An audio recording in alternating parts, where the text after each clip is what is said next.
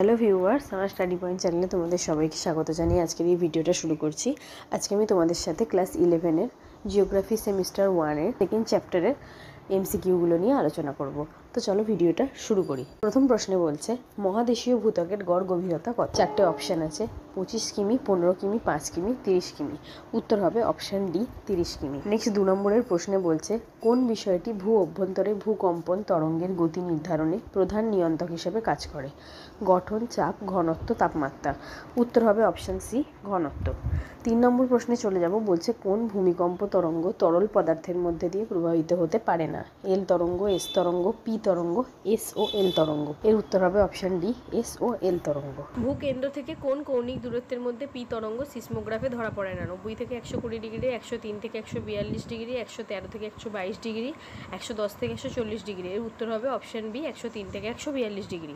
5 নম্বর প্রশ্নে চলে যাব। বলছে বিশ্বের গভীরতম সোনার খনি কোথায় অবস্থিত? আমেরিকা, ইংল্যান্ড, দক্ষিণ আফ্রিকা, মেক্সিকো। এর উত্তর হবে অপশান সি, দক্ষিণ আফ্রিকা।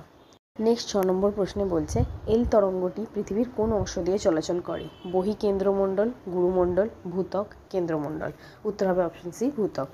7 নম্বর প্রশ্নে চলে যাব। বলছে মহাসাগরীয় ভূত্বক গঠনকারী প্রধান শিলা হলো গ্রানাইট, সিলিকা, সোডিয়াম, ব্যাসাল্ট। উত্তর হবে ব্যাসাল্ট। ভূত্বক ও গুরুমণ্ডলের মধ্যে কোন বিযুক্তি রয়েছে? কনরাড বিযুক্তি, গুটেনবার্গ বিযুক্তি, মোহ বিযুক্তি, রেপিট্টি বিযুক্তি। এর উত্তর হবে অপশান সি, মোহ বিযুক্তি। 9 নম্বর প্রশ্নে চলে যাব। বলছে অ্যাস্থেনোস্ফিয়ার অবস্থান করে গুরুমণ্ডলের নিম্ন স্তরে, গুরুমণ্ডলের ঊর্ধ্বস্তরে, ভূত্বকে, কেন্দ্রমণ্ডলের ঊর্ধ্বস্তরে। উত্তর হবে অপশান বি, গুরুমণ্ডলের ঊর্ধ্বস্তরে। বলছে কোন ভূতত্ত্ববিদ অ্যাস্থেনোস্ফিয়ার নামকরণ করেন? Dutton, Kant, Barrell, Davis. এর উত্তর হবে অপশান সি, ব্যারেল। তো আজকে এখানেই শেষ করছি। ভিডিওটি ভালো লাগলে অবশ্যই লাইক করো, শেয়ার করো এবং আমার চ্যানেলটা সাবস্ক্রাইব করো।